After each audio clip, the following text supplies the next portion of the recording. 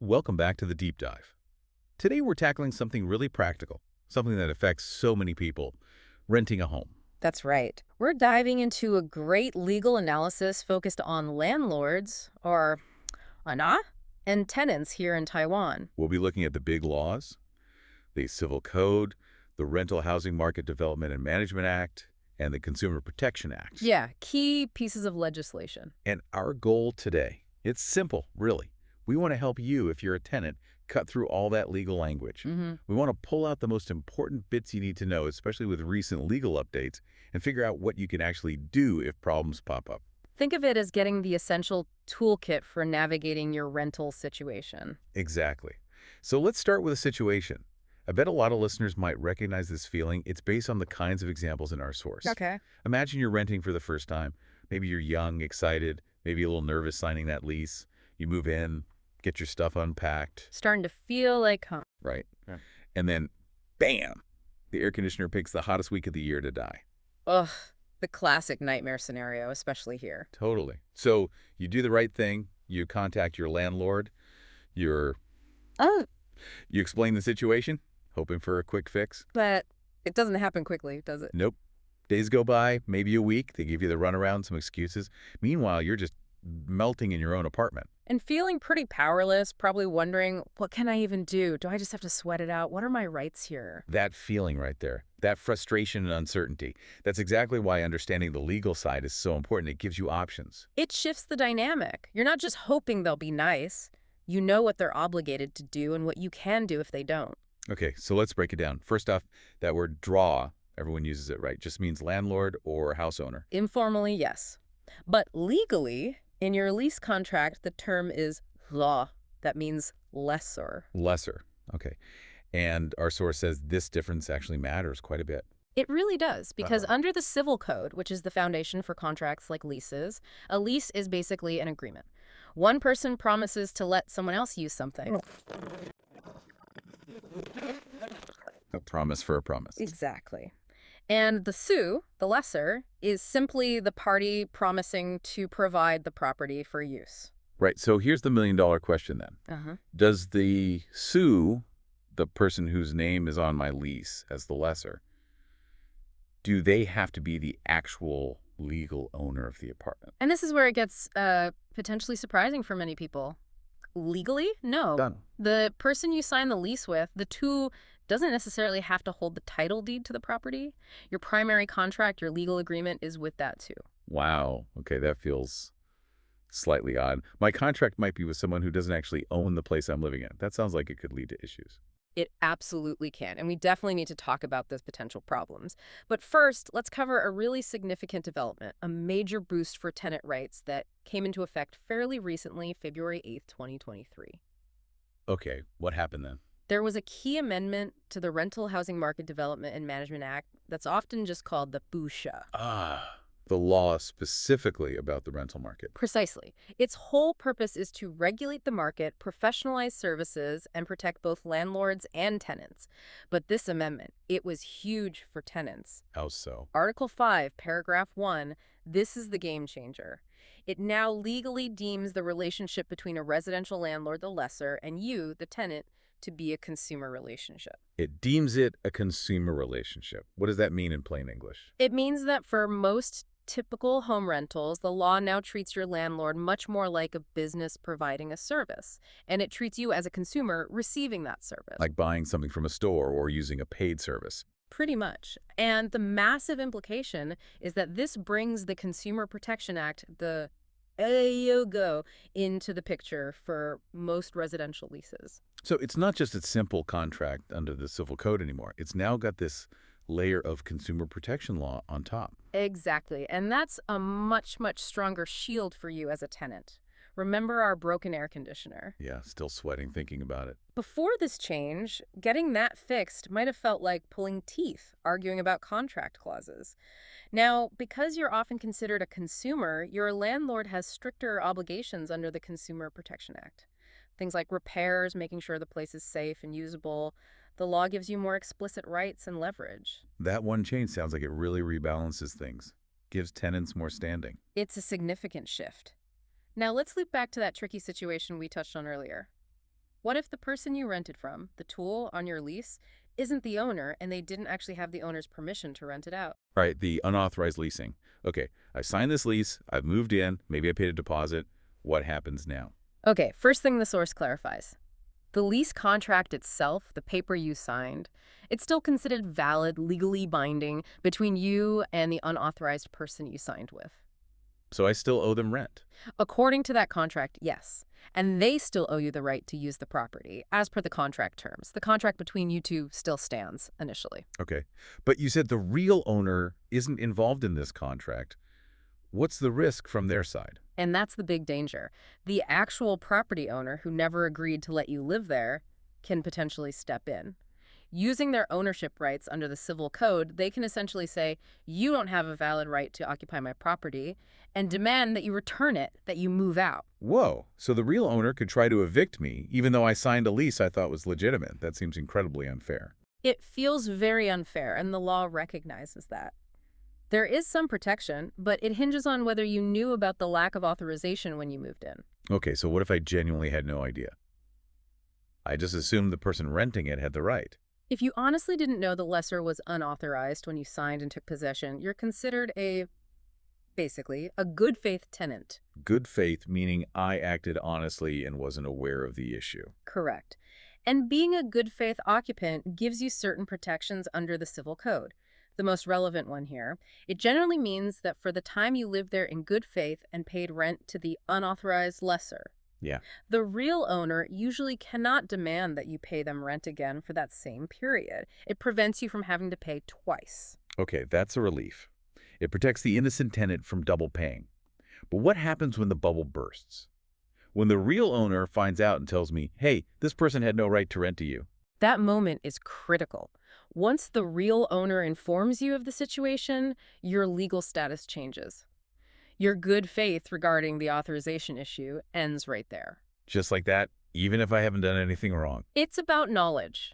Once you know the lease wasn't authorized by the owner, you're no longer considered a good faith occupant in relation to the owner's rights. If you stay after being informed, the owner could then potentially claim you owe them for occupying the property from that point forward, essentially. Compensation like rent or damages. You'd be considered an or bad faith occupant relative to them. Right, so if the owner forces me out because the lease was unauthorized, what can I do about the person who signed the bogus lease with me in the first place? You absolutely have recourse against them. That unauthorized lessor broke their contract with you. They failed to deliver the legal right to live there that they promised. You can sue them for the losses you incurred because of their actions. Like what kind of losses? Moving expenses, definitely. Maybe the difference in rent, if you have to find a more expensive place quickly. Any other direct costs and damages that resulted from you having to move out due to their unauthorized rental? So while the good faith protection helps avoid double rent for a period, it's not a complete fix. It sounds like the best strategy is trying to avoid this mess altogether. Prevention is absolutely key here. Our source stresses diligence before signing. Ask questions. If the person you're dealing with isn't listed as the owner on, say, the building registration documents, ask them to show you proof they're allowed to rent it. Like what kind of proof? Maybe a power of attorney from the owner or a contract showing they are the authorized agent, or perhaps they are a professional rental management company. Any hesitation to provide proof should make you cautious. Right, because as you said, not everyone renting out a property who isn't the owner is doing it without permission. There are legitimate situations. Exactly. The source makes that clear. Sometimes the TO is a proper agent, fully authorized by the owner under the Civil Code. Or, increasingly common now with the Rental Act, it could be a professional CHO. Phoo, what's that? Think of it like a master tenant company. They lease the property directly from the owner, often managing multiple properties, and then they legally sublease it to individual tenants like you, operating within the regulations of the Rental Act. Okay, so if I rent from a proper agent or one of these OSHA companies, my lease is binding on the actual property owner. Yes, absolutely, because they have the owner's legal authority to act. Your contract is solid, effective against the owner too. And this is where that important principle comes in, sale so cho. Sale doesn't break the lease.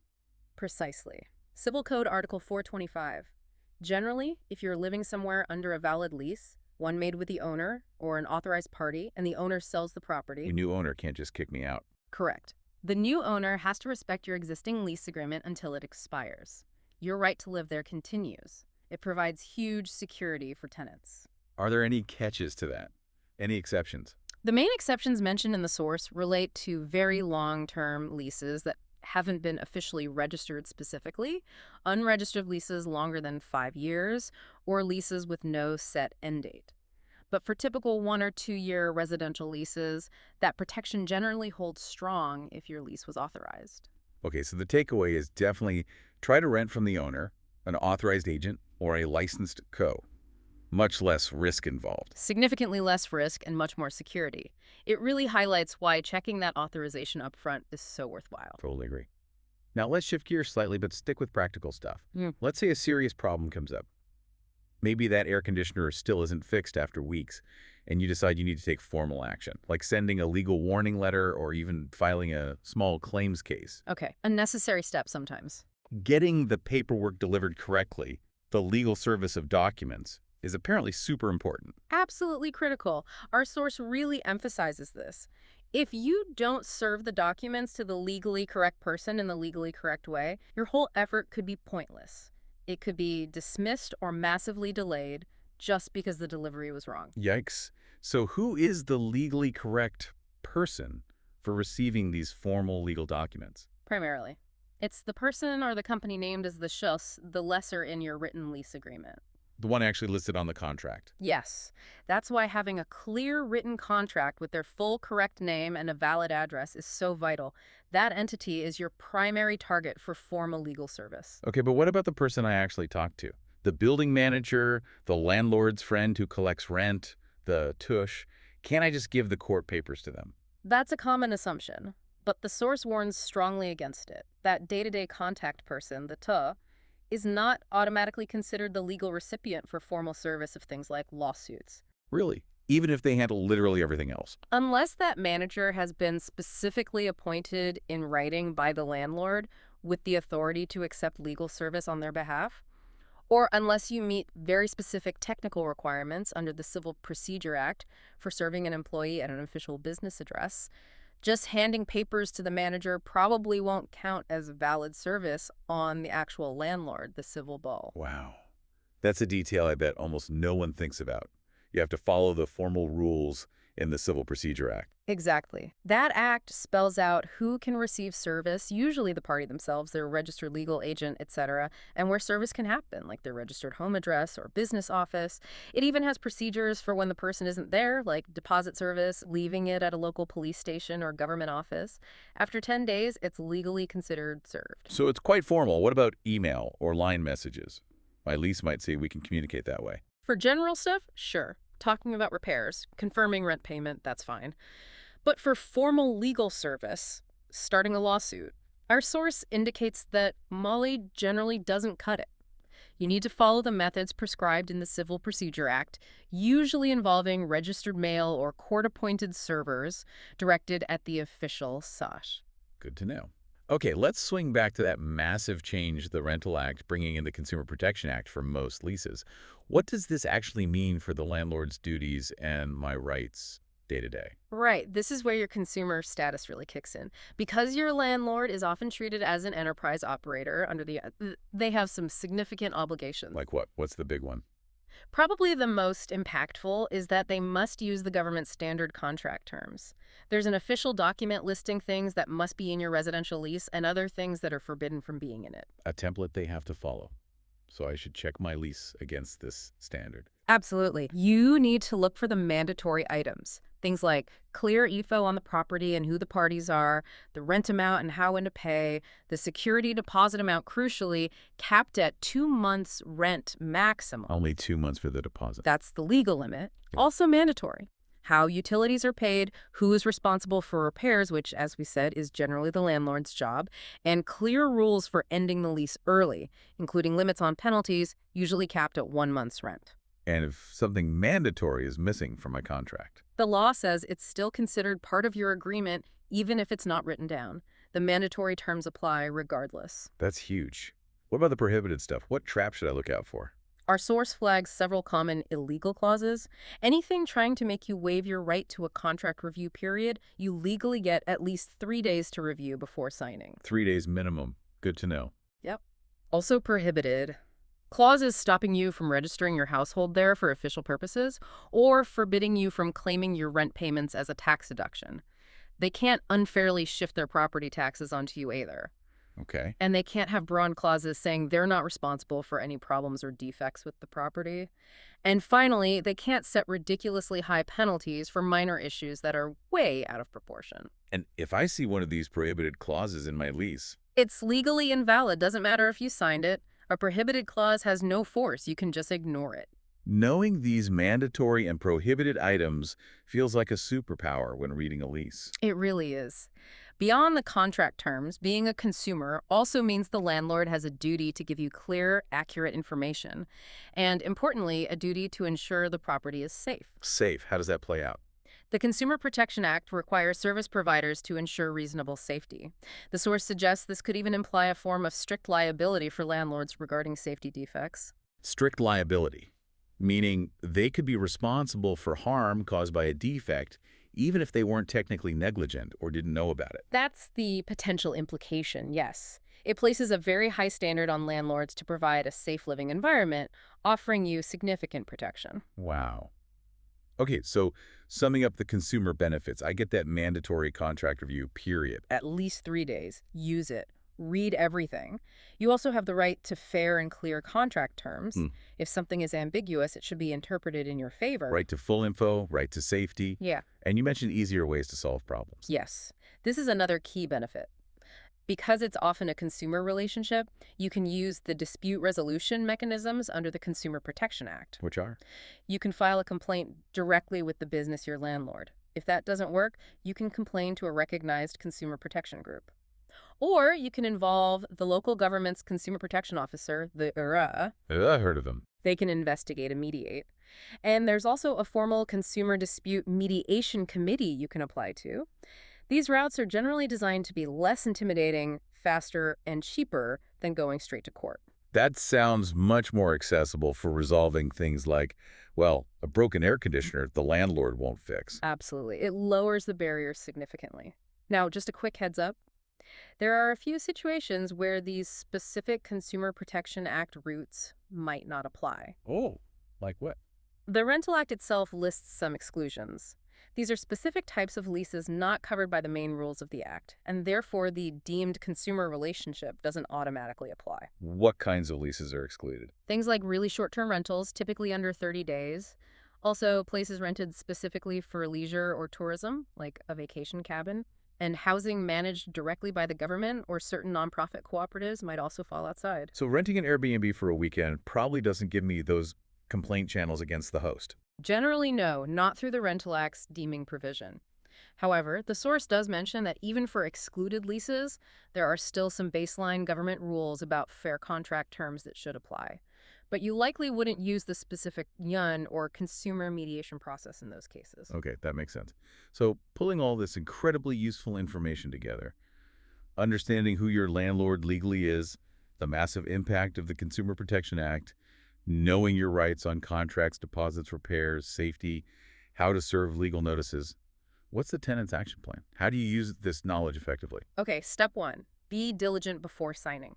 Always try to figure out who owns the property and if the person you're dealing with has the authority to rent it. Ask for proof if they aren't the owner. Prevention is better than cure, especially with unauthorized leasing. Step 2, always get a written contract. No verbal agreements. Absolutely. And step 3, read that contract carefully. Compare it to the government's standard terms. Check off the mandatory items. Look out for any illegal prohibited clauses. Don't sign if it tries to take away basic rights like your review period or caps the deposit incorrectly. You know those standard terms, that's your baseline. Exactly. Step 4, know your rights during the lease about repairs, safety, the deposit return, and remember that review period, use those 3 days. Don't feel pressured to sign on the spot. Step 5, understand your options if disputes happen.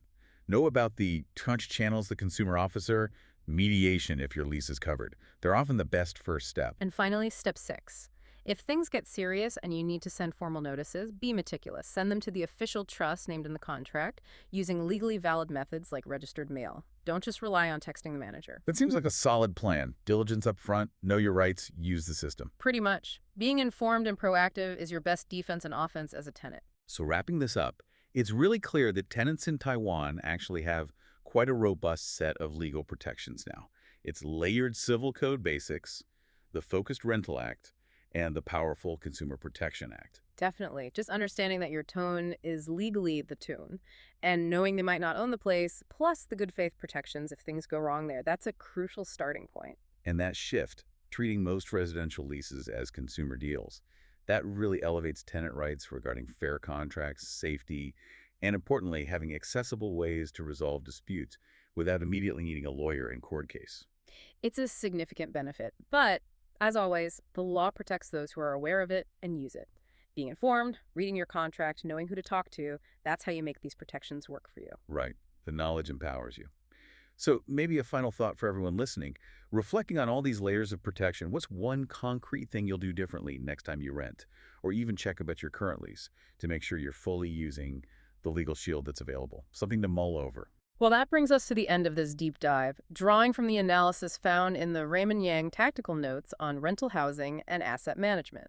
We really hope breaking this down has made you feel more confident about your rights and how to handle rental situations. We genuinely love to hear your thoughts or maybe experiences you've had related to this. Yeah, feel free to leave a comment or get in touch. And of course, if you found this valuable, please subscribe or follow the deep dive wherever you get your podcasts. That way you won't miss our next exploration.